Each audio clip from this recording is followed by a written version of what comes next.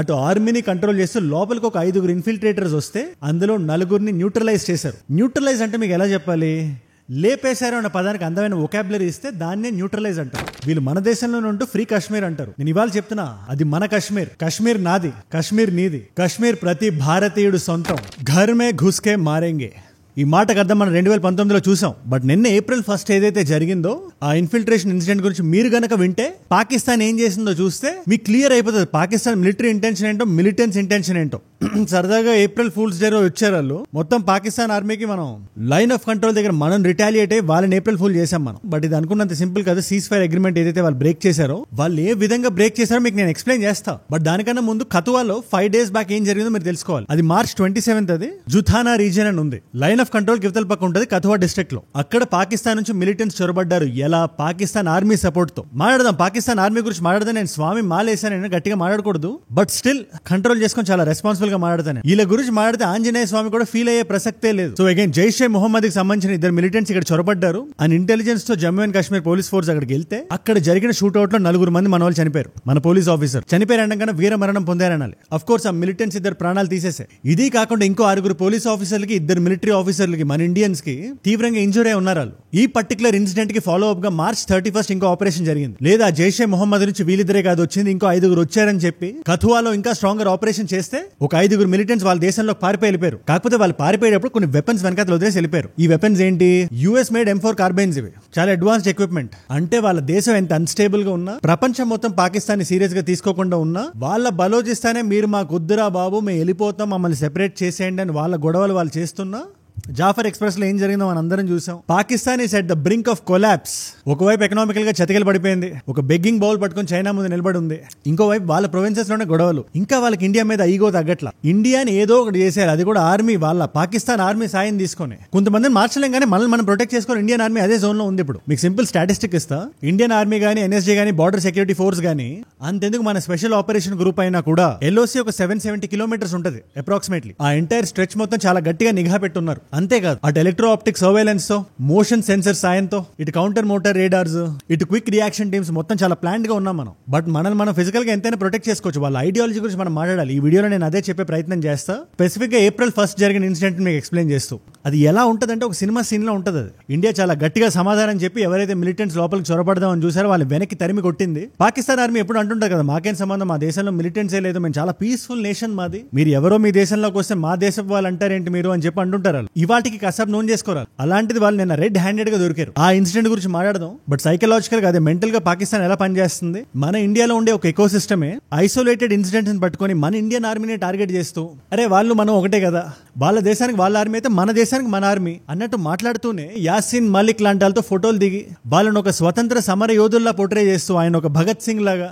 ఇది పాకిస్తాన్ కి ఎలా హెల్ప్ అవుతుందో కూడా నేను మీకు చెప్పే ప్రయత్నం చేస్తా. Plus let us get in to history. మన దేశంలో జరిగిన కొన్ని తప్పులు, అదటు రాజా హరి సింగ్ గారు అవనివ్వండి, ఇటు జవహర్ లాల్ నెహ్రూ గారు అవనివ్వండి, వాళ్ళు ఆగి ఆలోచించడం వల్ల ఇవాళ ఎంత పెద్ద సమస్య వచ్చిందో మనం మాట్లాడదాం. పాకిస్తాన్ లో 1972లో మనం చేసుకున్న అగ్రిమెంట్, 2003లో చేసుకున్న అగ్రిమెంట్, అంతెందుకు మొన్న 2021లో కూడా అగ్రిమెంట్ చేసాం మనం, సీజ్ ఫైర్ ఇంకా బలపరచాలి అని. ఆ అగ్రిమెంట్ చేసిన తర్వాత 2024లో 2025లో రికార్డ్ స్థాయి నంబర్లకు చేరాయి. వాళ్ళు ఎన్నిసార్లు ఆ అగ్రిమెంట్ ని బ్రేక్ చేశారో, మన LOCని దాటి వద్దామని చూశారు. సో ఇవన్నీ చాలా బలంగా మనం మాట్లాడాలి. అండ్ ఇలాంటి ఇంపార్టెంట్ వీడియోస్ నా సైడ్ నుంచి మీకు రోజుకి ఒకటి వస్తుంది, ఎవ్రీ సింగిల్ డే.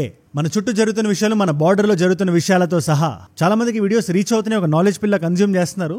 బట్ ఇలాంటి వీడియోస్ కొత్త వాళ్ళకి రీచ్ అవుతున్నాయి కాబట్టి చెప్తున్నా. నేను వీడియో పెట్టగానే మీ దాకా రావాలంటే కింద కనబడే సబ్స్క్రైబ్ బటన్ నొక్కి పెట్టుకోండి. డన్. డైరెక్ట్ గా నేను జరిగిన ఇన్సిడెంట్ గురించి మనం మాట్లాడదాం. మీకు అక్కడ ఏం జరిగిందో క్లియర్ గా తెలిస్తేనే మనం కొంచెం పాస్ట్ కి వెళ్ళి హిస్టరీని డీకోడ్ చేయొచ్చు, పాకిస్తాన్ మెంటాలిటీని డైసెక్ట్ చేయొచ్చు. మీకు ఈ జమ్మూ అండ్ కాశ్మీర్ మ్యాప్ కనబడుతుంది కదా, ఇక్కడ మీకు ఈ రీజియన్ కనబడుతుంది కదా, దీన్ని పూంచ్ అంటారు. ఈ పూంచ్ డిస్ట్రిక్ట్ కి నార్త్ లో, సౌత్ లో, వెస్ట్ లో LOC ఉంది.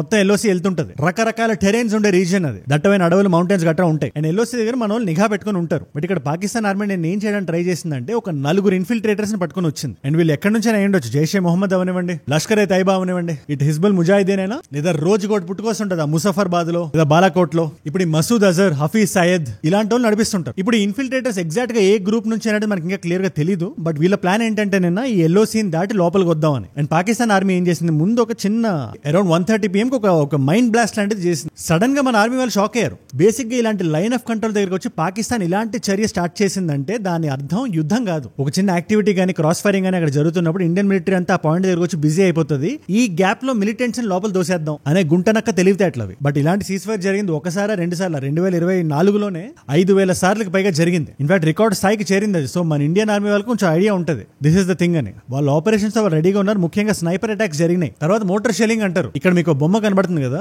ఇందులోంచి లాంచ్ చేసి కనబడిన టార్గెట్స్ మీద అటాక్ చేయడం. అవే కాకుండా AK-47s రైఫిల్స్ ఇవన్నీ కూడా వాడడం మొదలు పెట్టారు. మన వాళ్ళు ఇక్కడ బిజీగా ఉన్నారు. ఎట్ ద సేమ్ టైం వేరే యాంగిల్స్ నుంచి ఎవరైనా లోపలికి వస్తున్నారో ఆ వచ్చిన వాళ్ళు ఎలా ఆపాలి, ముఖ్యంగా వాళ్ళు ఇన్ఫిల్ట్రేటర్స్ అయితే. ఎందుకంటే వన్స్ వాళ్ళు బార్డర్ దాటుకొచ్చి సివిలియన్స్ తో కలిసిపోయారంటే, ఎందుకంటే చాలా మంది ఆల్రెడీ కలిసిపోయి ఉన్నారు. అలాగా ఇలాంటి ఆల్టర్కేషన్ ఏదైనా జరుగుతున్నప్పుడు లోపల నుంచి దూరిపోయి వచ్చేస్తారు. ఒక చిన్న హెయిర్ కటింగ్ షాప్ లాంటి ఏదో పెట్టుకుంటాడు.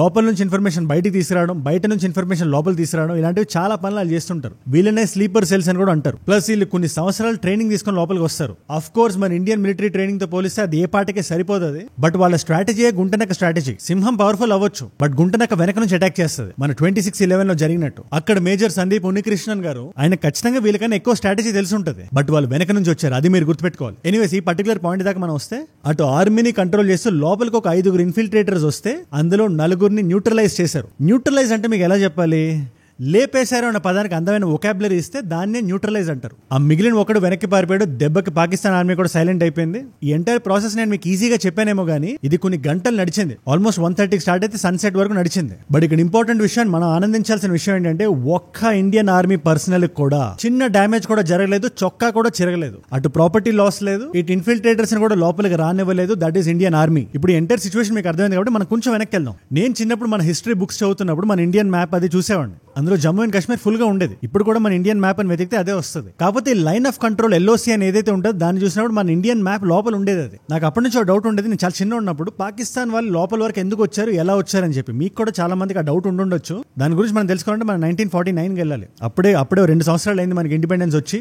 జవహర్లాల్ నెహ్రూ గారు is appointed as the first prime minister. Deputy prime minister గా ఉన్నది సర్దార్ వల్లభాయ్ పటేల్ గారు. Is called the iron man of India. ఏవైతే ప్రిన్స్లీ స్టేట్స్ ఉండేవో, మన హైదరాబాద్ అవనివ్వండి, అటు ట్రావెన్కోర్ అయినా, మైసూర్ అయినా, భోపాల్ అయినా, అటు గ్వాలియర్, పటియాలా, బరోడా, అలాగే మన జమ్మూ అండ్ కాశ్మీర్ కూడా ఒక ప్రిన్స్లీ స్టేట్ లో ఉండేది. దాన్ని రూల్ చేసిన వ్యక్తి పేరు రాజా హరి సింగ్. ఆయన హిందూ వ్యక్తి, కాకపోతే ఆయన రూల్ చేసిన ఆ లొకేషన్ లో మెజారిటీ ఆఫ్ ద పాపులేషన్ ముస్లింలు ఉండేవాళ్ళు. అప్పుడు ఆయన ఒక నిర్దిష్టమైన డెసిషన్ తీసుకోలేదు. ఆయన అటు పాకిస్తాన్కి వెళ్లకుండా ఇటు ఇండియాకి రాకుండా నేను ఇండిపెండెంట్ గా ఉంటాను అని చెప్పి ఉన్నాడు ఆయన. కాకపోతే లోపల ఆయనకు కూడా తెలుసు జమ్మూ అండ్ కాశ్మీర్ ఇండియాలో కలిపితేనే అది స్టేబుల్ గా ఉండేది, పాకిస్తాన్ కొంచెం తేడా అని తెలిసినప్పటికీ ఆయన ఆగి వెయిట్ చేశాడు. ఇటు పక్కన ఈ సర్దార్ వల్లభాయ్ పటేల్ గారు రకరకాల ప్రిన్స్లీ స్టేట్స్ తో మాట్లాడి డిప్లొమసీని వాడి అన్నిటిని ఇండియాలో కలిపి ఆయన ఫ్యూచర్ ని కూడా ఆలోచించి ఇండియా అనేది ఒక స్ట్రాంగ్ పవర్ లో ఉండాలి అని చెప్పి అటు హైదరాబాద్ నుంచి ట్రావెన్కోర్, బరోడా, పటియాలా అన్నింటినీ కలిపాడు ఆయన ఫుల్ గా, ఎటువంటి డిస్కౌంట్ లేకుండా. బట్ ఇక్కడ కాశ్మీర్కి వచ్చేసరికి ఏం జరిగిందంటే నెహ్రూ గారు దాని మీద కాన్సన్ట్రేట్ చేయడం మొదలు పెట్టారు. సింపుల్ గా చెప్పాలంటే కాశ్మీర్ నాకు వదిలే మిగిలిన నువ్వు చూసుకో అని చెప్పి ఆయన డిప్లొమాటిక్ గా హ్యాండిల్ చేశారు. ఇక్కడ నెహ్రూ గారి డిప్లొమసీ ఎలా ఉంటదంటే, చైనా వాళ్ళు మనం చూసి తప్పుగా అనుకోకూడదు, పాకిస్తాన్ వాళ్ళు మనం చూసి తప్పుగా అనుకోకూడదు, అమెరికా వాడు మనం చూసి తప్పుగా అనుకోకూడదు, అందరి దృష్టిలో మనం బాగుండాలి, రేలంగి మామేలా ఉండాలి అనే ఒక థాట్ ప్రాసెస్ లో ఈ కాశ్మీర్ ని డిప్లొమాటిక్ గా ఎక్వైర్ చేయడంలో ఆయన కొంచెం లేట్ చేశారు. గట్టిగా మాడితే 2 ఏళ్ళు పట్టింది. అటుపక్క పాకిస్తాన్ వాళ్ళు ఆగలేకపోతున్నారు. మాకు పాకిస్తాన్ కావాలి, నువ్వు ఇస్తావా ఇవ్వవా అని చెప్పి ఫుల్ మిలిటరీ డిప్లాయ్మెంట్ తో కాశ్మీర్ వైపు రావడం మొదలు పెట్టారు. అప్పటికే బాగా లేట్ అయిపోయింది. ఈ రాజా హరి సింగ్ ఎవరైతే ఉన్నారో ఇండియాకి డైరెక్ట్ గా వచ్చి నాకు హెల్ప్ చేయండి ప్లీజ్ అని అడిగినప్పుడు ఇండియా డైరెక్ట్ గా కండిషన్ పెట్టింది, మేము మీకు ఖచ్చితంగా హెల్ప్ చేస్తాం, కాకపోతే జమ్మూ అండ్ కాశ్మీర్ మాలో యూనిఫై చేసేయాలి అని చెప్పి. ఆయన దానికి డన్ అన్నాడు. అన్ని సంతకాలు పెట్టి జమ్మూ అండ్ కాశ్మీర్ ఇంటిగ్రేట్ చేసే లోపల కొంత భాగాన్ని పాకిస్తాన్ ఆల్రెడీ ఆక్రమించి పెట్టేసుకొని ఉంది. ఆ భాగమే పాకిస్తాన్ ఆక్యుపైడ్ కాశ్మీర్. ఇవాళకి పాకిస్తాన్ మన భూమిని ఆక్రమించుకొని వెళ్ళి అక్కడ కుర్చీ వేసుకొని కూర్చుంటే మనం ఏం చేయలేని పరిస్థితి. మన దగ్గర పవర్ ఉంది, ఆర్మీ ఉంది, మోరల్ హై గ్రౌండ్ ఉన్నా కూడా ఈ జియో పొలిటికల్ డిప్లొమసీ వెబ్ లో మనం ఇరుక్కుపోయి ఉన్నాం. చైనా వాళ్ళే అనుకుంటారు పాకిస్తాన్ ఎనీవేస్ మన ముందు నీళ్ళలోనే ఉన్నాడు ఒక బెగ్గింగ్ బౌల్ పట్టుకొని, ఛాన్స్ పే డాన్స్ రా మనం కూడా అక్షయ్ చిన్ని లాగేసుకొని కూర్చొని ఉన్నాం మనం. సో పాకిస్తాన్ వాడికి మనం సపోర్ట్ చేద్దాం అనుకుంటారు వాళ్ళు. బట్ ఇక్కడ మేజర్ ఇష్యూ జరిగింది 1949లోనే. ఇద్దరు వ్యక్తులు క్విక్ డెసిషన్ మేకింగ్ లేకుండా ఆగి ఆలోచించడం వల్ల. ఆ రోజు రాజా హరి సింగ్ గారు ఆలోచించున్నా, లేదు మనం సెపరేట్ గా ఒక ముక్కలో ఉండాలి, ముఖ్యంగా పాకిస్తాన్ మనతో బార్డర్ షేర్ చేసుకుంటున్నప్పుడు ఆడు ఎప్పుడైనా మన దగ్గరికి వచ్చి మన నేల లాక్కొని వెళ్ళిపోతాడు, మన సోవరెన్ గా డెమోక్రటిక్ గా ఉండాలంటే వెంటనే ఇండియాతో మనం కలిపేసుకోవాలి అనే థాట్ ఆ రోజు ఆయనకు వచ్చి ఆయన ఇమీడియట్ గా యాక్షన్ తీసుకొని ఉంటే ఇవాళ పిఓకే ఉండేది కాదు. లేదు ఇటువైపు జవహర్ లాల్ నెహ్రూ గారైనా సర్దార్ వల్లభాయ్ పటేల్ గారు చేతిలో కాశ్మీర్ ని పెట్టుంటే ఆయన ఏదో ఒక డిప్లొమసీ వాడి పాకిస్తాన్ అటు రాకముందే కాశ్మీర్ లోపలికి మనం తెచ్చేసుకుని ఉండేవాళ్ళం. మన ఆర్మీని అక్కడ పెట్టేవాళ్ళం, వాళ్ళు అక్కడ వెయిట్ చేస్తూ ఉండేవాళ్ళు పాకిస్తాన్ వాళ్ళు లోపలికి వచ్చే ముందు. ఇవాళ ముజఫర్బాద్ అవనివ్వండి, గిల్గిట్ బాల్టిస్తాన్ అవనివ్వండి, వాళ్ళు ఆక్యుపై చేసి ఉండేవాళ్ళు కాదు. సరే ఇవన్నీ పక్కన పెట్టి 1971 లో బంగ్లాదేశ్ అప్పుడే ఫామ్ అవుతుంది. అప్పటి ఈస్ట్ పాకిస్తాన్ కి వెస్ట్ పాకిస్తాన్ కి గొడవ జరిగి మీకు మాకు సంబంధం లేదు అన్నప్పుడు ఫాదర్ ఆఫ్ బంగ్లాదేశ్ షేక్ ముజిబుర్ రెహమాన్ గారు ఇండియా మాకు తల్లితో సమానం, మా దేశాన్ని మాకు విడిపించింది ఇండియా అని చెప్పారు ఆయన. అప్పుడు పాకిస్తాన్ లో ఇండియాకి యుద్ధం జరిగి ఇండియా గెలిచినప్పుడు కూడా ఒక శాంతి ఒప్పందం చేసుకున్నాం మనం. అంతెందుకు 2003లో ఏదైతే సీజ్ ఫైర్ అగ్రిమెంట్ ఇవాళ వరకు మనం ఫాలో అవుతున్నాం వాళ్ళు ఉల్లంఘిస్తున్నారో అది 2003లోనే మనం సైన్ చేసాం కార్గిల్ వార్ తర్వాత. 1999 లో పాకిస్తాన్ ఆర్మీ వాళ్ళు లడాక్ లోకి వచ్చేసి కార్గిల్ ఏరియాలో వాళ్ళు టెంట్లు వేసుకొని కూర్చున్నారు నవాజ్ షరీఫ్ ప్రైమ్ మినిస్టర్ గా ఉన్న టైంలో. అప్పటి కార్గిల్ యుద్ధం గురించి కూడా నేను సెపరేట్ గా చెప్పాల్సిన అవసరం లేదు, మనందరికీ తెలుసు. ఆ యుద్ధం తర్వాత ఇంటర్నేషనల్ గా కూడా పాకిస్తాన్ గుంటనక్క వెనక్కి వెళ్ళాలి అని ప్రెషర్ పెడితే అది అమెరికా అయినా చైనా అయినా సిగ్గుతో వెనక్కి వెళ్ళిపోవాల్సి వచ్చింది పాకిస్తాన్ ఆ రోజున. సరే ఆ రోజైనా పాకిస్తాన్ కి కొద్దో గొప్ప జియో పొలిటికల్ గా వీళ్ళకి పవర్ ఉంది అని కొంతమంది అయినా నమ్మారు. ఇవాళ ప్రపంచం మొత్తం నమ్మని పరిస్థితి. ఒక పక్క పిఓకేలో వాళ్ళు చేసుకుంటున్న గొడవలు, జేబులో డబ్బులు లేవు, దేశంలో ఉద్యోగాలు లేవు, తల ఎక్కడ దాచుకోవాలో కూడా వాళ్ళకి అర్థం కావట్లేదు ఇప్పుడు, ముఖ్యంగా సివిలియన్స్ కి. అండ్ ఇది ఇండియాకి పాకిస్తాన్ కి మధ్యలోనే లేదు, మొత్తం ప్రపంచం మొత్తం చూస్తుంది పాకిస్తాన్ ని. ఇలాంటి టైంలో ఇలాంటి సీజ్ ఫైర్ ఉల్లంఘనలు చేస్తే మన లైన్ ఆఫ్ కంట్రోల్ లోకి వచ్చిన వాడిని ఇండియా లేపేసిన ప్రపంచం అడిగే పరిస్థితి లేదు ఇవాళ. ఇది పాకిస్తాన్ గమనించుకొని ఉండాలి, కొంచెం ఒళ్ళు దగ్గర పెట్టుకొని నడుచుకోవాలి. As simple as that. నేను అందుకే మన ఇండియా ఒక స్ట్రాంగ్ స్టాండ్ తీసుకున్నప్పుడు ఘర్ మే ఘుస్కే మారేంగే అని నేను ఆ రోజు చాలా సంతోషపడ్డా. నేను ఇంకెన్ని రోజులు డిప్లొమసీ, ఇంకెన్ని ఛాన్సులు ఇవ్వాలి ఆ దేశానికి? పుల్వామాకి సమాధానం డిప్లొమసీ కాదు, యుఎన్ లో ఫైళ్లు పట్టుకొని తిరగం, వైట్ హౌస్ కి వెళ్ళి మీడియేట్ చేయమని అడగం, అర్ధరాత్రి మీ దేశంలోకి దూరి సమాధానం చెప్తాం, సర్జికల్ స్ట్రైక్ చేస్తాం, ఘర్ మే ఘుస్కే మారేంగే. అట్లీస్ట్ ఆ స్టాండ్ ఉంది కాబట్టి ఈ మాత్రమే అణిగి మణిగి ఉంది Pakistan. But in any case ఈ ఎంటైర్ సిచ్యువేషన్ మీద, ఈ ఫుల్ ఇన్సిడెంట్ మీద మీ స్టాండ్ ఏంటి నాకు కింద కామెంట్స్ లో రాయండి. నేను ఏదైనా పాయింట్ మిస్ అయ్యి ఉండొచ్చు, లేదా మీరే ఏదైనా యాడ్ చేద్దాం అనుకుని ఉండొచ్చు. లెట్ మీ కింద ఒక మంచి డిస్కషన్ ఫోరం లో పెడదాం. నాకు ఎక్కడ కోపం వస్తుంది అంటే, ఇండియాలో లెఫ్ట్ ఈకో సిస్టమ్ ఉంటుంది, రైట్ ఈకో సిస్టమ్ ఉంటుంది. It's okay to be left or right. మన సెంటర్ రైట్ ఉండొచ్చు, సెంటర్ లెఫ్ట్ ఉండొచ్చు, కానీ మన సొంత ఆర్మీని మనం తిట్టే అంత ఎక్స్ట్రీమిజం ఉండకూడదు. అరుంధతి రాయ్ గారని ఆవిడకి బుకర్ ప్రైజ్ వచ్చింది, ఆవిడకి రాసిన పుస్తకానికి గాడ్ ఆఫ్ స్మాల్ థింగ్స్ అనుకుంటా ఆ పేరు. 2010లో అంటారు ఆవిడ కాశ్మీర్కి వెళ్ళి, కాశ్మీర్కి ఇండిపెండెన్స్ రావాలి ఇండియా నుంచి అంట. Kashmir has never been an integral part of India. మీరు ఇండియాలో బ్రతుకుతూ ఇండియా ఇచ్చిన స్వాతంత్రాన్ని ఎంజాయ్ చేస్తూ, ఇండియా ఇచ్చిన రైట్ టు స్పీక్ ని, ఇండియన్ డెమోక్రటిక్ వాల్యూస్ ని, ఇండియన్ రిపబ్లిక్ ని మీరు ఎంజాయ్ చేస్తూ మీరు ఇండియా కాశ్మీర్ ఆక్రమించిందని ఎలా అంటారు? మీరు హిస్టరీ చదవరా? మీరు రాజా హరి సింగ్ గారు ఏమన్నారు ఆ రోజు? ఎవరు కాశ్మీర్ ఆక్రమించింది, ఎవరు లీగల్ గా తీసుకున్నది? కొంచెం మనస్సాక్షి ఉండదా మీకు? ఆజాద్ కాశ్మీర్ అనే స్లోగన్స్ ఖచ్చితంగా ఇది మంచిది కాదు. మీరు హ్యూమన్ రైట్స్ అని మాట్లాడతారు, ఆర్మీ బ్రూటాలిటీ అంటారు. యాసిన్ మలిక్ తో ఫోటో దిగారు కదా మీరు, మరి ఆయన చేసినవి మీకు కనబడలేదా? మీ కళ్ళు మూసుకుపోయి ఉన్నాయి మీవి. In order to prove that it's a secular country, it is brutalizing Kashmir. ఆయన చేసిన కిడ్నాపింగ్లు, ఆయన చేసిన హత్యలు, అఘాయిత్యాలు, అత్యాచారాలు ఇవేవి మీ కళ్ళకు కనబడట్లేదా? వీళ్ళు మన దేశంలోనే ఉంటూ ఫ్రీ కాశ్మీర్ అంటారు. నేను ఇవాళ చెప్తున్నా, అది మన కాశ్మీర్. కాశ్మీర్ నాది, కాశ్మీర్ నీది, కాశ్మీర్ ప్రతి భారతీయుడు సొంతం. ఇది మన నేల. ఇవాల్టి మల్టిపుల్ చాయిస్ క్వశ్చన్. హైదరాబాద్ ఇండియాలో ఇంటిగ్రేట్ చేయడానికి ఒక ఆపరేషన్ చేశారు 1948లో. ఆ ఆపరేషన్ పేరేంటి? Option A operation Blue, option B operation Polo, option C operation Vijay, option D operation Trident. నేను కరెక్ట్ ఆన్సర్ ఇన్స్టాగ్రామ్ లో పెట్టేస్తా.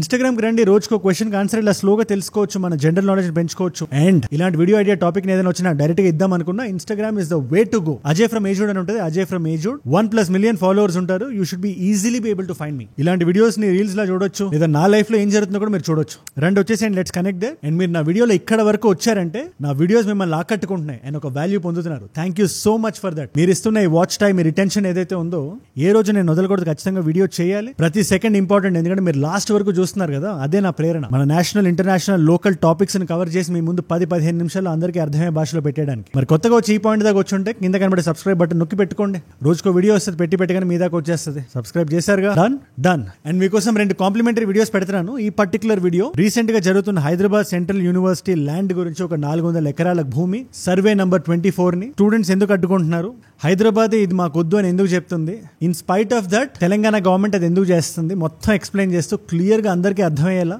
ఒక వీడియో చేసి, ఆ పర్టికులర్ వీడియో ఇక్కడ ఉంది. లేదు రీసెంట్ గా జిబ్లీ ట్రెండ్ గురించి కూడా మీరు వినే ఉంటారు, అందరూ వాడుతున్నారు. ఒకవేళ అది వాడితే వచ్చే రిస్క్ ఏంటి, అండ్ తద్వారా ఓపెన్ ఏఐకి, ఆర్టిస్టులకి జరుగుతున్న గొడవ ఏంటి కూడా ఎక్స్ప్లెయిన్ చేస్తూ ఒక వీడియో చేశాను. ఆ పర్టికులర్ వీడియో ఇక్కడ ఉంది. మీరు కానీ జిబ్లీ ట్రెండ్ ట్రై చేసి ఉంటే ఆ వీడియో ఖచ్చితంగా చూడాలి. మీకు ఏ వీడియో ఇంట్రెస్ట్ ఉంటే ఆ వీడియో చూడండి. అండ్ నేను మిమ్మల్ని మళ్ళీ రేపు కలుస్తా. మనందరం కలిసి పెరగాలి, కలిసి ఎదగాలి. Let us all grow together. Let us all rise together. Rise above extremism. Rise above ignorance.